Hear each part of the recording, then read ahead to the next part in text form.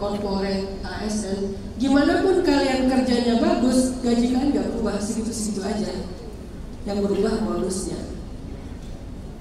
Jadi kalau kalian perform bagus, gaji kalian tetap segitu, tapi bonusnya ditambah. Misalnya gajinya 5 juta, ya udah 5 juta. Mau kalian masuk kerja, mau kalian balas-balasan, mau kalian perform bagus nggak bagus, gajinya tetap 5 juta. Tapi kalau performance-nya bagus, gajinya 5 juta, bonusnya 15 juta. Maka itulah takdir rezeki. Rezeki kita nggak berubah, tapi kalau kita performnya bagus, halal, jujur, sesuai dengan syariat Allah, nanti Allah tambahkan bonusnya. Dan itu ada di Al-Quran. La in syakartum, aku tambahkan, ada ziyadah. Tapi kalau kufur, wala in kafartum, harusnya kan ayatnya la aku sannakum, akan aku kurangi kalian. Enggak, kufur nggak akan dikurangi rezekinya, tetap segitu. Tapi rezeki yang segitu menjadi azab, menjadi penyakit, menjadi masalah, menjadi musibah. Tapi kalau misalnya jujur, akan ditambah. Kalau nggak jujur atau kufur, nggak akan dikurang. Kenapa nggak akan dikurang? Karena itulah takdir Allah untuk kita. Sebutir beras pun nggak akan dikurangi sama Allah. Hak kita yang Allah tetapkan. Dan Allah nggak akan zalim sama hambanya. Itu yang disebut dengan Allah tidak pernah zalim kepada hambanya. Itulah ketetapan Allah. Sehingga kita belajar mengatakan qadarullah. Apa arti qadarullah? Ma asabahu lam yakun liyukhti'ah wa ma akhta'ahu lam yakun liyusibah. Inilah ketetapan Allah. Apa ketetapan Allah? Apa yang Allah tetapkan menimpa seseorang tidak akan meleset darinya, dan apa yang Allah tetapkan meleset dari seseorang tidak akan menimpanya. Belajar meyakini kata-kata ini, qadarullah. Nanti kalau kalian ngomong qadarullah, coba bayangkan kalimat tadi, apa yang Allah tetapkan menimpa saya tidak akan meleset dari saya. Apa yang Allah tetapkan meleset dari saya tidak akan menimpa saya. Berarti apa yang saya sudah alami kemarin, ketetapan Allah. Gimana pun saya nggak akan bisa menghindar. Udah terjadi, udah ditetapkan. Bahkan belum terjadi pun itu pasti terjadi, karena udah ditulis di langit, udah ditulis di Lauhul Mahfuz. Sehingga jangan terlalu larut dalam rasa penyesalan, berandai-andai, seolah-olah itu masih bisa dirubah-rubah. Enggak, itu udah pasti terjadi. Itulah ketetapan Allah. Sehingga akhirnya kita belajarnya bukan tentang penyesalan, rasa bersalah dan andai-andai, tapi fokus kita tentang menerima ketetapan Allah. Fokus kita ketika mendapatkan musibah bukan tentang berandai-andai, berangan-angan, rasa bersalah, menyesal, marah, dendam. Bukan itu fokus kita. Fokus kita adalah belajar menerima ketetapan Allah. Inilah takdir Allah, inilah ketetapan Allah. Memang udah dicatatnya begini, gak akan berubah. Ini buat yang belum bisa move on, masih aja ngintip. Ya sekarang udah bahagia belum? Semoga udah bercerai. Jangan. Kalian tunggu dia cerai sampai kalian tua. Kalau dia bukan jodoh kalian gak akan balik. Udahlah, move on aja. Dia memang bukan jodoh kalian. Sedih gimana Ustaz? Sedih gak apa-apa, wajar, manusiawi sedih. Tapi jangan sampai kita larut dalam kesedihan. Bersedih dulu, sekarang sesekali doang muncul sedihnya, sisanya udah enggak. Tapi nanti ketika kita tahu takdir kita tahu betapa beruntungnya kita dengan apa yang Allah sudah tetapkan, maka insya Allah semua itu akan terobati. Waktu akan menyembuhkan insya Allah. Tapi kita belajar menerima dulu. Ini takdir Allah, dia bukan jodoh saya, udahlah. Kalaupun dulu saya baik sama dia, tetap gak akan jadi kok. Kalau dulu waktu itu saya sabar, tetap kami putus kok. Kalau waktu itu saya gak melakukan kesalahan, tetap kami gak akan jadi kok. Emang udah takdirnya gitu, dengan sebab atau tanpa sebab, yang udah ditakdirkan kayak gitu. Bagi yang belum bisa move on, begitu juga bagi yang belum bisa move on tentang masalah rezeki, kehilangan, kekurangan, gagal di masa lalu. Aduh, waktu itu kenapa sih aku nggak kayak gini aja. Kalau kayak gini, kalau aku nurut dengan kata-kata si fulan, mungkin aku nggak kehilangan uang sebanyak ini. Udahlah, memang bukan takdir kita, itu bukan rezeki kita. Kalau itu rezeki kita, tenang aja, nanti juga balik. Kalau itu rezeki kita, tenang aja, nanti juga balik. Pasti balik, gak mungkin enggak. Kenapa? Sebutir beras pun enggak kan sampai ke piring orang lain kok gitu. Atau nanti Allah akan mengembalikannya dengan cara yang berbeda, kan gak harus cara yang sama. Penting gak sih uang yang sama? Gak penting kan, yang penting nilai yang sama kan. Misalnya kalian kehilangan uang 100.000, nomor serinya ada tuh. Kan setiap uang itu lembarnya ada nomor serinya kan. Terus datang teman kalian bilang, ini aku ganti buat kamu. Pas kita baca nomor serinya, kok nomor serinya beda? Penting gak sih kayak gitu? Gak penting kan nomor serinya kan. Yang penting kan uangnya tetap 100.000. Begitulah hidup teman-teman. Ketika kita kehilangan sesuatu, kita cuma kehilangan satu nikmat yang nanti Allah ganti dengan nikmat yang lain, walaupun nomor seri nikmatnya beda, tapi value-nya sama. Kehilangan 100.000, Allah ganti dengan 100.000 yang nomor serinya berbeda, tapi value-nya sama-sama 100.000. Kalau ini bentuknya uang. Kadang-kadang digantinya bukan dalam bentuk uang, tapi dengan value yang sama, diganti dengan kesuksesan, diganti dengan kebahagiaan, diganti dengan kesehatan, diganti dengan yang paling mahal itu iman, hidayah, taufik, amal solih. Kita kadang-kadang ketika kehilangan sesuatu, tahu nggak gantinya apa? Saat kita sakit, saat kita gagal, saat kita kehilangan, apa gantinya? Karena Allah memberikan sesuatu yang sangat berharga. Apa? Kasih sayang Allah langsung kepada kita. Kita kehilangan dunia, tapi kita mendapatkan Allah. Kita kehilangan dunia, tapi kita mendapatkan penciptanya. Cuma kita sering banget gak sadar itu, lalu kita mengeluh. Makanya Syekh Mutawalli Sya'rawi, seorang ulama besar di Mesir, pernah bilang gini, ketika kamu sehat, kamu hidup dengan nikmat Allah.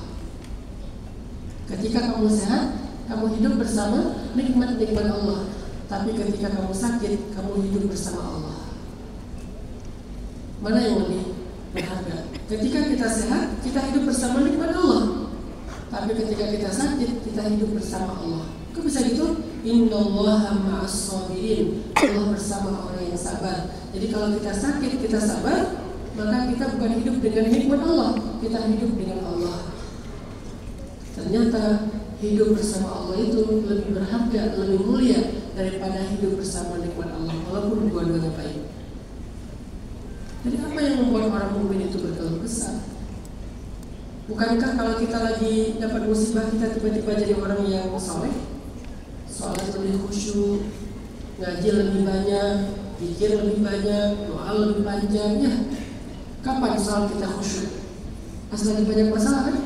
Berarti ketika kita lagi nggak ada masalah, kita hidup dengan nikmat Allah. Ketika kita lagi ada masalah, kita hidup bersama Allah. Bangun tahajud jadi mudah. Dulu jangan tahajud, subuh aja dikodok, dijamak sama duha. Dulu jangankan sholat panjang, untuk khusyuk aja susah banget. Setiap sholat 6 ide.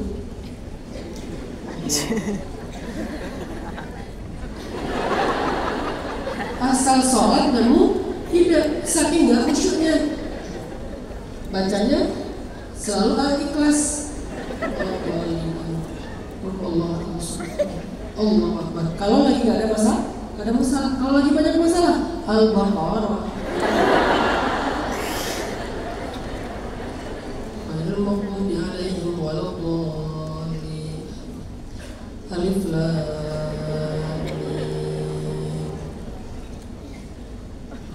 Mim. Alif Lam Mim. Qul huwallahu ahad. Balik lagi, stoknya terbatas. Teman-teman cuma 1 ayat setengah.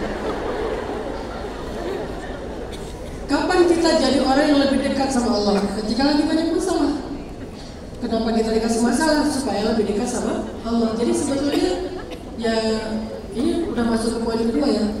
Poin kedua, selain mengatakan pada Allah, belajarlah untuk meyakini semua takdir itu baik karena Allah Maha Baik. Memang ada takdir yang baik dan buruk, tapi yang buruk pun sebetulnya hakikatnya baik. Kenapa? Kan pernah nggak datang ke sebuah restoran atau rumah makan? Kan di dekat sini tuh banyak rumah makan yang enak-enak tuh. Yang saya kemarin pas dari bandara ke sini tuh ngeliat mobilnya banyak ngantri gitu ya. Adalah namanya. Nah, kalau misalnya kalian datang ke sebuah restoran atau rumah makan favorit kalian ada ekspektasi sampai di sana nanti kalian bakal makan menu favorit kalian, misalnya apa gitu ya, dendeng apa gitu, batoko misalnya. Ternyata habis. Pas sampai di sana mau pesen dendeng, ternyata dendengnya habis. Karena udah terlanjur duduk, malas juga ganti restoran. Akhirnya kan buka-buka buku menu, ya udahlah, bang saya pesan ini aja, kalian pilih menu yang lain. Apa misalnya? Rendang. Saya tahunya cuma dua doang, dendeng sama rendang. Ternyata dendengnya habis. Akhirnya terpaksa kalian pesan rendang. Sebetulnya kalian nggak terlalu suka rendang, sukanya dendeng. Ya udahlah pesan ini aja, walaupun udah nggak mood, tapi udahlah pesan.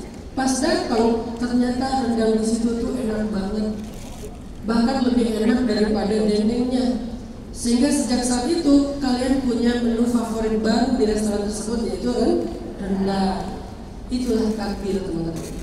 Takdir itu seringkali datang dalam wujud yang mengecewakan, wujud kegagalan, wujud kehilangan, wujud musibah. Tapi ternyata di balik kehilangan, kegagalan, musibah dan rasa sedih ini, Allah menyimpan kebahagiaan dan hal-hal yang menarik berikutnya. Itulah takdir. Seringkali kita datang, kita mengalami sebuah musibah di awal. Tapi tahu nggak bahwa musibah inilah yang membawa kita kepada sebuah kesuksesan. Tapi butuh waktu, kadang 5 tahun, kadang 10 tahun. Nggak ada yang sebentar waktunya, rata-rata panjang. Dan belajarlah untuk menjalani proses itu. Bukan kita doang, para anbiya pun kayak gitu. Nabi Yusuf bersabar sekitar 20 tahun sampai ke puncak karirnya. Apa puncak karirnya Nabi Yusuf? Secara duniawi menjadi seorang penguasa.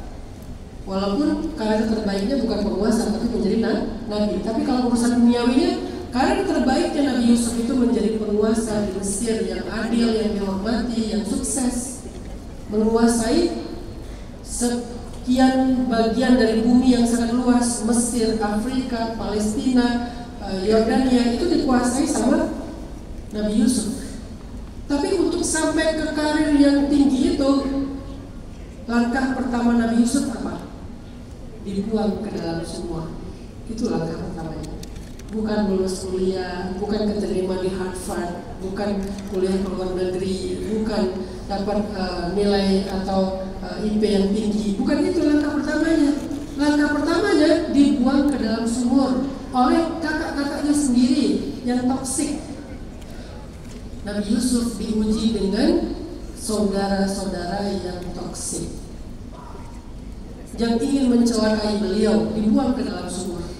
Coba kita bayangkan seandainya kita melihat dibuang ke dalam sumur itu hanya takdir buruk.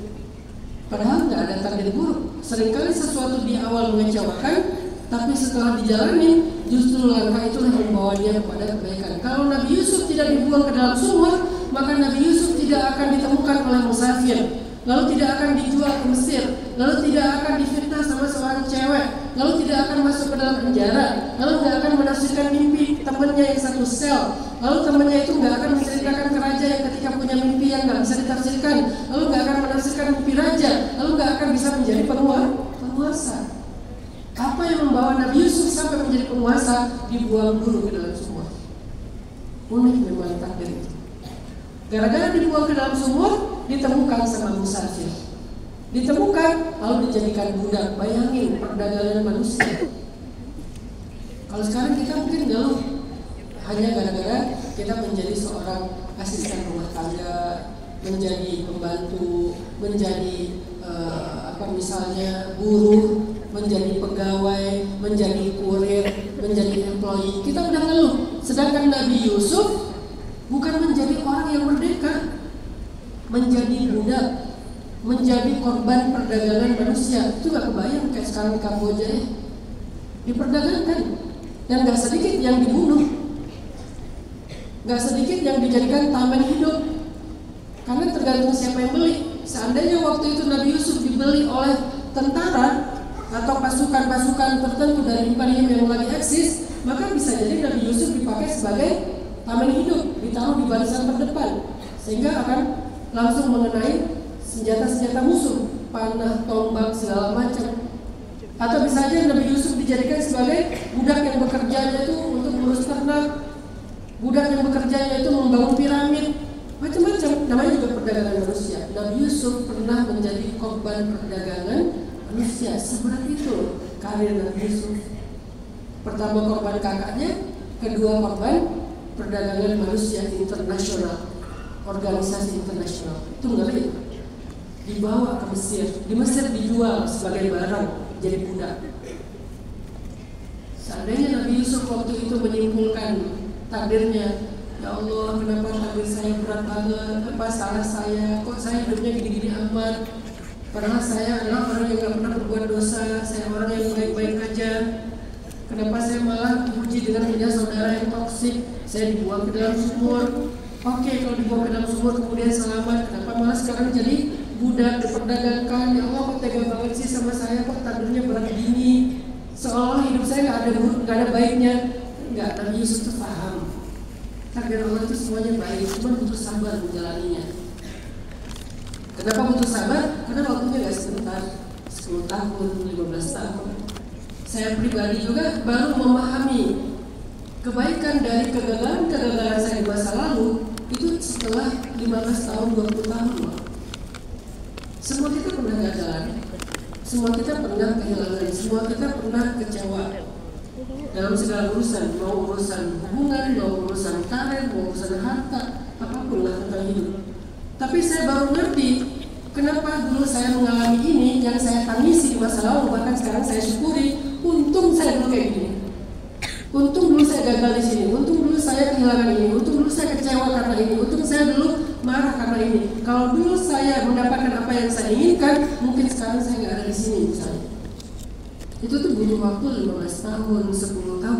Kayaknya rata-rata paling pendek itu 10 tahun deh. Jadi jangan ekspektasi kurang dari 10 tahun. Rata-rata yang paling pendek yang kita baca dalam sejarah para nabi minimal 10 tahun. Nabi Ayub, beliau sakit sampai kemudian beliau sembuh butuh 18 atau 17 tahun.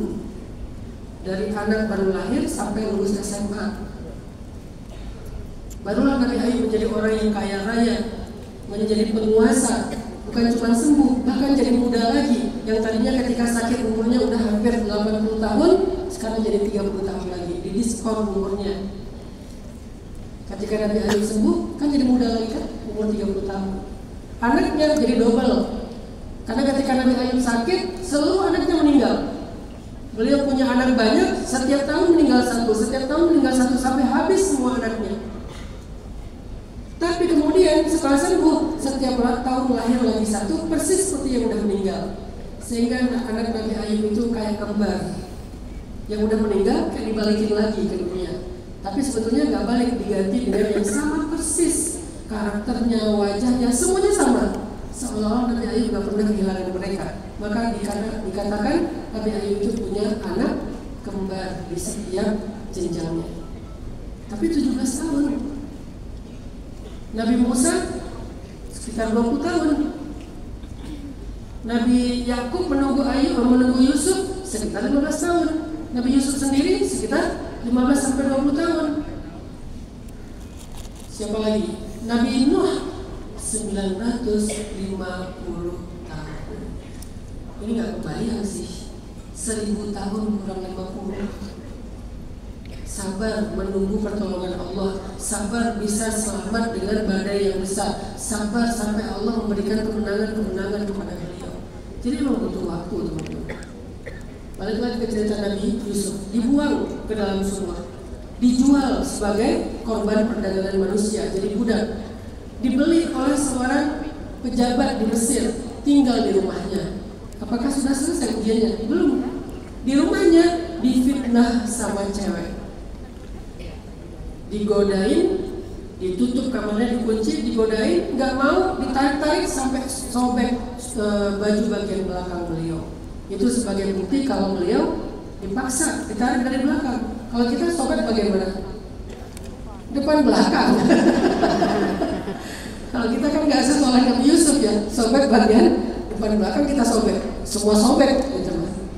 Nabi Yusuf sobek bagian belakang karena ditarik dari belakang. Tapi walaupun kayak gitu, tetap aja untuk menutupi aib keluarga, fitnah ini diterima sama suaminya. Suaminya tahu istrinya yang salah, tapi biar menutupi aib keluarga, diterimalah fitnah ini. Yusuf telah menggoda istri tuannya sehingga Yusuf kemudian dipenjara dan tidak ada vonis berapa tahun, nggak ada vonisnya, bisa seumur hidup. Nabi Yusuf nggak tahu itu bakal berapa tahun di dalam penjara. Bilalah beliau difitnah tadi, akhirnya punya teman 2 orang satu sel, keduanya bermimpi, lalu ditafsirkan sama Nabi Yusuf mimpinya. Ternyata benar, yang satu kemudian mati sesuai dengan mimpinya, yang satu kemudian hidup. Yang hidup ini kemudian selamat, dia dikeluarkan dari sel karena sudah selesai masa tahanannya. Nabi Yusuf masih di dalam sel entah berapa tahun. Ada ulama mengatakan 10 tahun, ada yang mengatakan lebih dari 10 tahun. Lama di dalam sel, minimal 10 tahun Nabi Yusuf di dalam penjara. Belum yang adegan tadi di sumur, dijual, di rumah orang yang memfitnah beliau. Jadi panjang perjalanannya. Yang tadi udah keluar dari sel, bekerja sebagai pelayan istana. Suatu saat raja bermimpi dan tidak ada satupun yang bisa menafsirkan mimpi raja. Pelayan istana itu kemudian bilang, saya punya seorang teman di dalam sel, dia orang yang baik, jujur, dan dia pernah menafsirkan mimpi saya dan teman saya, dan benar mimpinya, tafsirnya. Coba kalau raja datangkan dia, siapa tahu dia bisa mentakbirkan atau mentafsirkan mimpi raja. Dikeluarkan Nabi Yusuf dari sel untuk menafsirkan mimpi raja. Kalau enggak bakal dipenjara lagi. Ternyata menafsirkan dan benar, lalu merencanakan bagaimana cara menyelesaikan masalah negeri itu sampai kemudian menjadi penguasa. Tapi tahukah langkah pertamanya apa? Dibuang ke dalam sumur. Itulah takdir, teman-teman. Nabi Musa sampai menjadi seorang pemimpin. Bagaimana cara Nabi Musa sampai menjadi seorang pemimpin besar? Pertama, dibuang ke Sungai Nil. Seandainya Nabi Musa tidak dibuang ke Sungai Nil, Nabi Musa nggak akan tinggal di istana Firaun. Kalau Nabi Musa tidak tinggal di istana Firaun, Nabi Musa nggak akan belajar tentang politik Firaun, nggak akan belajar tentang negara Mesir, nggak akan punya network orang-orang penting di dalam istana. Sehingga suatu saat Nabi Musa bisa menggulingkan kezaliman Firaun, nggak akan. Seandainya dulu ibu Musa membawa Nabi Musa ke dalam hutan, mungkin ceritanya beda lagi. Seandainya ibu Musa membawa Nabi Musa ke luar negeri, mungkin ceritanya beda lagi. Tapi Allah mentakdirkan Musa dihanyutkan ke Sungai Nil. Dan gak hanyut juga, harusnya kan hanyutnya lintas negeri ya, karena Nil itu melintasi Mesir dan Sudan. Harusnya hanyutnya ke Sudan, tapi enggak, malah masuk ke selokan. Lalu selokan itu membawa dia ke tempat pemandian Firaun. Dihindarkan dari Firaun, malah datang ke dalam rumah Firaun. Itulah takdir Allah. Di dalam rumah Firaun kemudian Nabi Musa dirawat justru di dalam kamarnya Firaun. Unik. Dirawat di kamar musuhnya. Tidur di satu tempat tidur dengan calon musuhnya, bayangin. Begitulah cara Allah menggariskan takdir. Sampai puncaknya Nabi Musa ketika remaja gak sengaja bunuh orang, padahal gak membunuh sih, cuma ngedorong aja, tapi dia mati. Saking kuatnya Nabi Musa, cuma ngedorong, kamu jangan gitu, mati. Kalau sekarang kita ngelihat banyak petarung-petarung Islam yang hebat-hebat ya, ada Muhammad Ali, ada Mike Tyson, ada Habib, ada Islam, ada Hamzah, ada banyak kan petarung-petarung Islam yang keren-keren hari ini. Dari zaman dulu sih, rata-rata yang namanya petarung itu banyak dari Islam juga. Itu gak ada apa-apanya dibandingkan Musa. Musa itu kalau di panggung UFC gak perlu tarung, colek aja, udah jangan gitu, mati tuh orang. Karena Nabi Musa kan gak pernah menyakiti orang tersebut kan di dalam cerita itu, cuman mendamaikan, lagi berantem didamaikan sama Nabi Musa, terus didorong, dorongnya pelan, jangan gitu, mati. saking kuatnya Musa alaihissalam. Lalu setelah itu Musa jadi buron, larilah Musa ke Yordania, dulu namanya Madian, sekarang namanya Yordania. Lari ke Madian. Di Madian nggak sengaja ketemu dengan dua orang cewek yang lagi ngantri ngasih minuman ternak. Dengan niat baik pengen bantu cewek itu ngasih minuman ternak biar cewek itu nggak bercampur sama laki-laki. Lalu balik lagi ke pohon, beliau istirahat.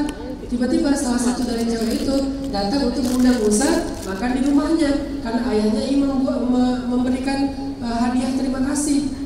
Pas datang ke rumahnya, tiba-tiba ayahnya mengatakan, Musa, maukah engkau menikahi salah satu di antara dua putriku itu dengan mahar bekerja kepadaku selama 10 tahun, 8 sampai 10 tahun. Musa menerima. Setelah selesai masa bekerja, akhirnya Musa menikah dengan salah satu di antara adik kakak tersebut. Tinggallah di sana, dimentor sama mertuanya. Mertuanya seorang pemimpin kaumnya, dimentor tentang leadership, tentang mengembala ternak, manajemen, tentang bagaimana memimpin suatu kaum. Sampai setelah Musa cukup ilmu memimpin, barulah Musa kembali ke Mesir. Lalu Allah berikan sebuah tugas besar, yaitu membebaskan Bani Israel dari perbudakan dan menggulingkan kerajaan Firaun. Apa langkah pertama sampai ke level tertinggi ini? Dihanyutkan ke Sungai Nil, jauh dari ibunya, keluar dari rumahnya bahkan ketika masih bayi.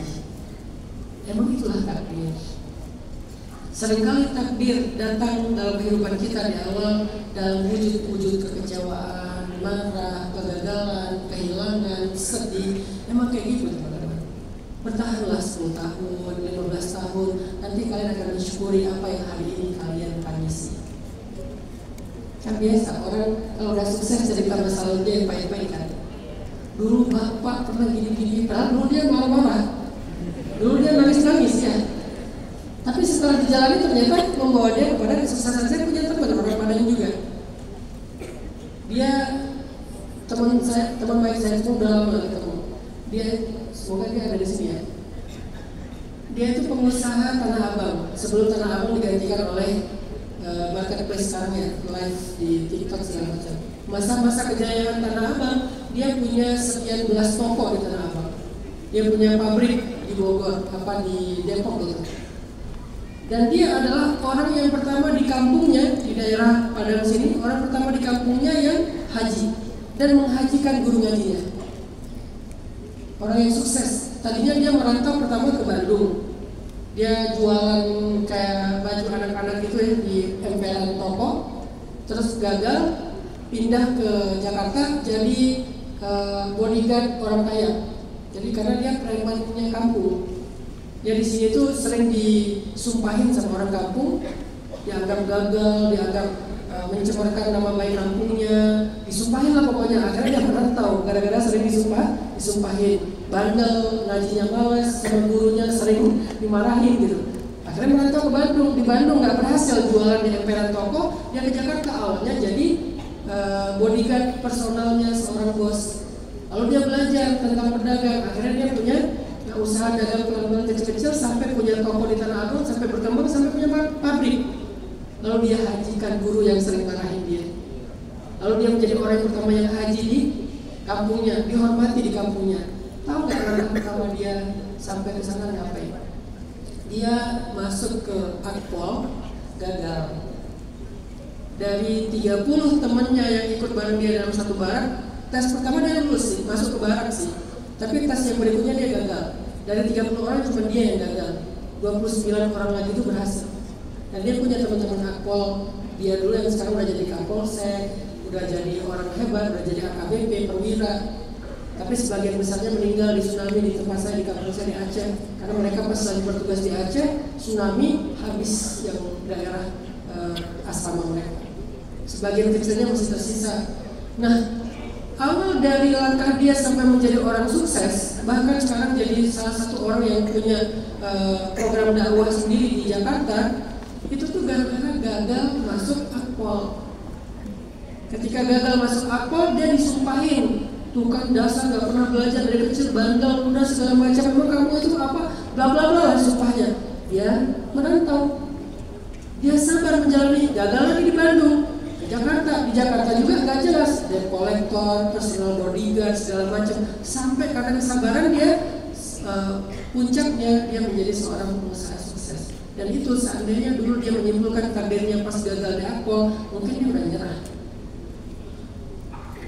Itu salah satu aja di antara contoh teman yang saya kenal. Saya juga dulu ngerasa kayak gitu, pernah gagal. Pulang dari Mesir, saya ke Bandung. Kenapa saya nggak pulang ke Aceh? Karena saya udah nggak punya siapa-siapa di Aceh setelah tsunami ya. Ibu saya meninggal, kakak saya meninggal, jadi rumahnya habis. Jadi saya pulang ke Aceh itu cuma ziarah kubur aja. Merantaulah saya ke Jawa, karena ketika di Mesir menikah sama-sama mahasiswi mahasiswi Al-Azhar, orang Jawa, jadi saya ke Jawa. Tapi karena dia diundang untuk ngajar di Bandung, kalau saya nggak dapat undangan karena saya nggak pintar. Dia yang pintar, dia dapat undangan ngajar ke Bandung. Akhirnya tinggal kita di Bandung. Awal-awal kita tinggal di Bandung, kita ngontrak rumah di sebelah pembuangan sampah karena itu paling murah, bareng dengan para pemulung gitu. Rumah-rumah yang sangat sederhana, yang nggak layak lah. Kita ustazah lulusan Al-Azhar tinggalnya bareng pemulung. Jadi kita bareng pemulung aja. Setiap hari bawa sampah, kalau lagi hujan itu airnya yang membanjiri rumah kita, karena pasti banjir rumah kita soalnya di tempat kayak gitu, itu air sampah. 2 tahun pertama, saking laparnya pernah makan sampah, lapar banget nggak ada apa-apa, akhirnya makan sampahnya, korek sampah, makan. Ada makanan yang dibuang, makanan Padang lagi enak. Jadi walaupun udah dibuang masih enak gitu. Ini saya korek ini masih layak dimakan, makan. Saking laparnya. Anak sakit, pergi ke rumah sakit, ditolak, akhirnya pulang sambil nangis, gendong anak, naik angkot karena nggak bisa bayar, belum bisa bikin BPJS juga. Ada di titik itu gitu. Tapi akhirnya, dan waktu itu saya melamar jadi guru, saya bawa ijazah saya ke semua lembaga pendidikan, mulai dari SD sampai kampus, semuanya nolak. Alasannya kita lagi nggak butuh guru, jadi saya nggak bisa ngajar waktu itu. Yang saya kebayang itu ngajar di sekolah-sekolah, di pesantren, di kampus, nggak bisa. Akhirnya terpaksa saya nulis buku. Waktu dulu saya sering nulis juga, akhirnya ilmu nulis yang dulu udah pernah dipelajari dipakai, nulis buku. Saya datang kepada penerbit, tolong terbitin buku saya, nggak ada yang menerbitin. Gara-gara mereka nggak mau menerbitkan buku saya, akhirnya saya kepikiran bikin penerbit sendiri. Tapi nggak punya modal. Cari siapa yang mau mencetak buku saya dengan modal hutang, nanti saya bayar setelah saya jual bukunya. Gak ada yang mau. Alhamdulillah akhirnya setelah perjuangan ada satu percetakan, baik banget orangnya, sampai sekarang masih jadi sahabat saya, mau cetak 1000 eksemplar, bayarnya 6 bulan. Akhirnya saya cetak, alhamdulillah gak sampai 6 bulan, baru juga 2 bulan udah habis 1000 eksemplar. Jualnya di mana? Kalau ada kayak pameran buku Islam gitu loh, Islamic Book Fair ya.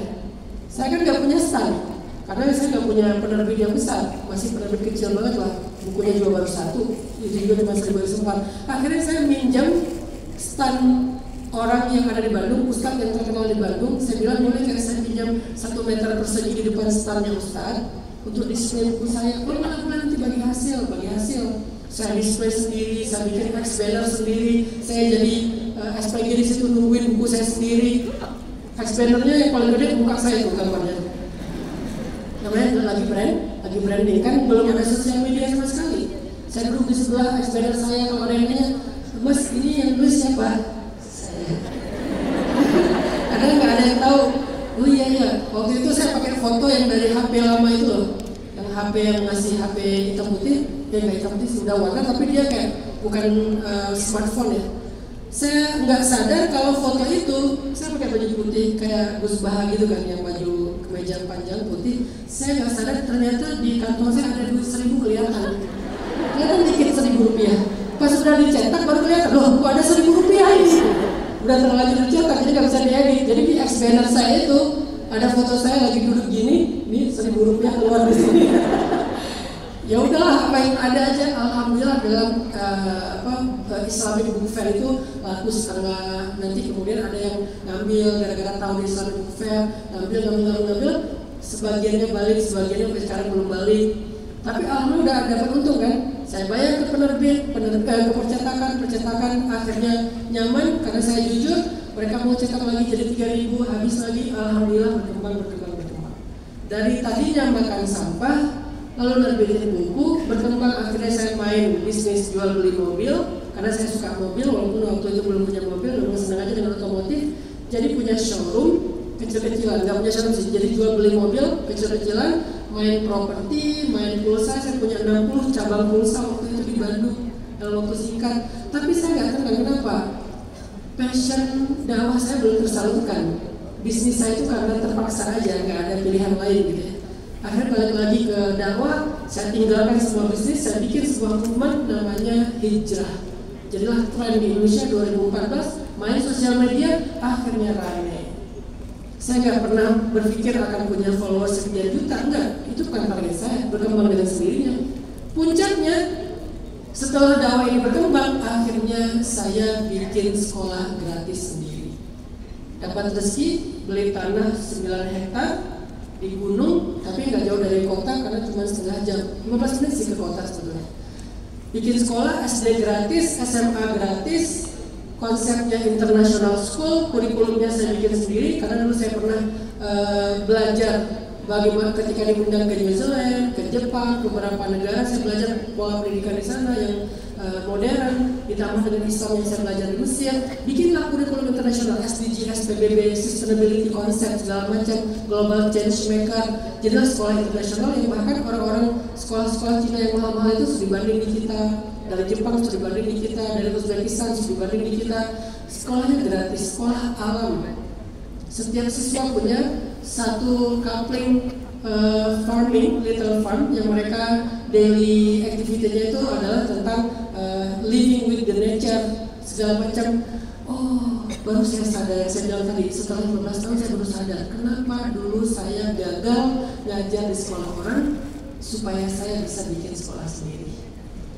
Kalau dulu saya keterima ngajar di sekolah orang, nggak ada sekolah 5 dan 21 Sociopreneur High School itu. Sampai sekarang kita punya PKBM sendiri, punya konsep kurikulum sendiri. Saya belajar dari Montessori, Cambridge, Asoka, Global Change Maker, Singularity University. Saya belajar dari banyak referensi. Akhirnya kita punya konsep kurikulum sendiri namanya Rohilah Way, kurikulum Rohilah. Dan itu jadi salah satu yang sekarang banyak dipakai. Telkom pakai punya kita juga, KAI kerjasama dengan kita untuk kurikulum ini diterapkan di sekolah-sekolah swasta. Gara-gara apa? Gara-gara gagal ngajar di sekolah orang. Dulu itu saya tanesi, tapi sekarang saya syukuri. Untung dulu saya nggak diterima ngajar di sekolah-sekolah itu. Padahal dulu saya ngerasa, kok gini banget ya, kok saya udah capek-capek belajar di Al-Azhar, tapi ilmu saya nggak bermanfaat ya. Dulu kayak gitu.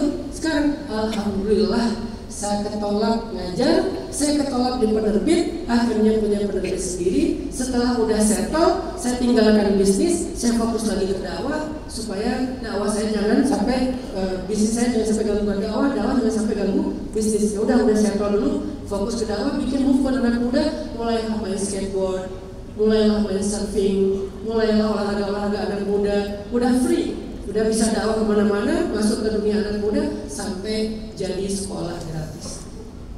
Ini perjalanan panjang teman-teman, 10-15 tahun.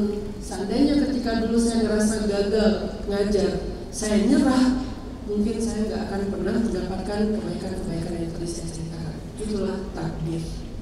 Sehingga cara berdamai dengan takdir yang kedua untuk menyehatkan mental kita, bukan cuma larut dalam rasa trauma, gak bisa move on, khawatir tentang masa depan, anxiety. Cara yang kedua adalah belajar meyakini semua takdir itu baik, walaupun awalnya dengan air mata, walaupun awalnya dihadapi dengan luka, walaupun awalnya dihadapi dengan marah, dengan sedih, dengan kecewa.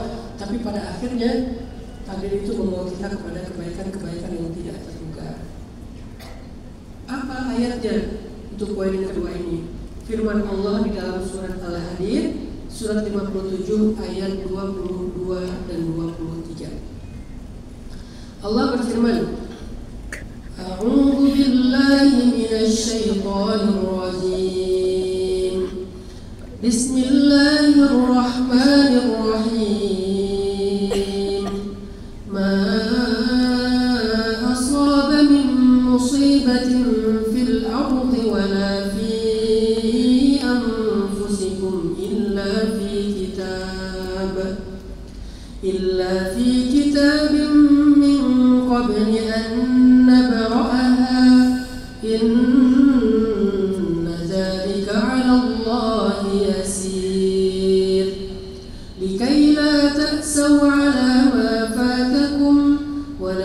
tafrahu bima atakum wallahu la yuhibbu kulla mukhtalin fakhur. Ma asaba min musibatin fil ardi wala fi anfusikum. Tidak ada satupun musibah yang menimpa di bumi atau menimpa diri kalian illa fi kitabin, kecuali semuanya sudah tercatat di kitab takdir. Min qabli an nabra'aha, bahkan sebelum itu terjadi. Ini poin pertama tadi. Kita belajar meyakini semuanya sudah dicatat. Jadi memang bukan tentang kesalahan kita aja, tapi tentang ketentuan Allah. Inna dzalika 'ala Allah yasir. Bagi Allah itu mudah sekali untuk menjalankannya. Likailah, tujuannya supaya kalian la ta'sau, supaya kalian tidak berputus asa. Wala tafrahu, supaya kalian tidak sombong. Kenapa? Karena semuanya adalah bagian dari rencana Allah. Jangan putus asa. Allah punya rencana. Dan rencana Allah itu selalu baik. Kenapa? Allah itu sayang sama kita. Allah itu sayang sama manusia. Khususnya lagi Allah sayang sama orang beriman. Khususnya lagi Allah sayang sama umat Nabi Muhammad. Kita tuh punya banyak alasan disayang Allah. Pertama, karena kita manusia, makhluk yang paling disayang Allah. Kedua, karena kita orang beriman, insya Allah. Ketiga, orang berimannya bukan umat Nabi-Nabi yang lain, tapi umat Nabi kesayangan Allah, Nabi Muhammad. Nabi Muhammad itu kekasih Allah, maka umatnya adalah umat kesayangan Allah. Sama kayak orang tua punya anak kesayangan, biasanya cucu dari anak itu kesayangan dia juga gitu. Allah punya banyak nabi. Dari semua nabi-nabi yang mulia itu yang paling disayang Nabi Muhammad. Maka umat Nabi Muhammad adalah umat yang paling disayang Allah. Jadi karena Allah sayang banget sama kita, gak mungkin Allah merencanakan yang buruk untuk kita. Gak semua luka itu berarti buruk, gak semua air mata itu berarti buruk. Gak apa-apa kalian menangis di awal, tapi jangan menyerah. Gak apa-apa kita terluka dan kemudian kita merasa sakit, merintih, gak apa-apa. Merintih aja, selama kita tidak mencela. Merintih, aduh, apalagi dengan mengatakan keluh kesah sederhana, gak kuat lagi, ini berat banget, oke. Yang penting tidak mencela. Anjir, enggak. Apa kalau di Padang? Yang penting tidak ada ya. Orang Padang nggak pernah mencela ya, masya Allah, luar biasa. Kalau di tempat saya di Bandung, anjing. Itu di tempat saya nggak tahu kalau di Sumatera Barat nih kayak gimana. Apa ya? Masa lalu? Nggak ada. Jangan bisa mencela. Oke, karena saya udah tahu, tapi pakai bahasa Sunda. Artinya selama nggak mencela, nggak apa-apa. Mengeluh dikit, cuma mengatakan aduh, mengatakan wajar. Menangis nggak apa-apa dengan air mata. Laki-laki juga boleh menangis walaupun laki-laki tidak bercerita ya. Boleh nangis nggak kita? Boleh banget. Cuma saya kayaknya orangnya tipe orang yang susah nangis kalau masalah.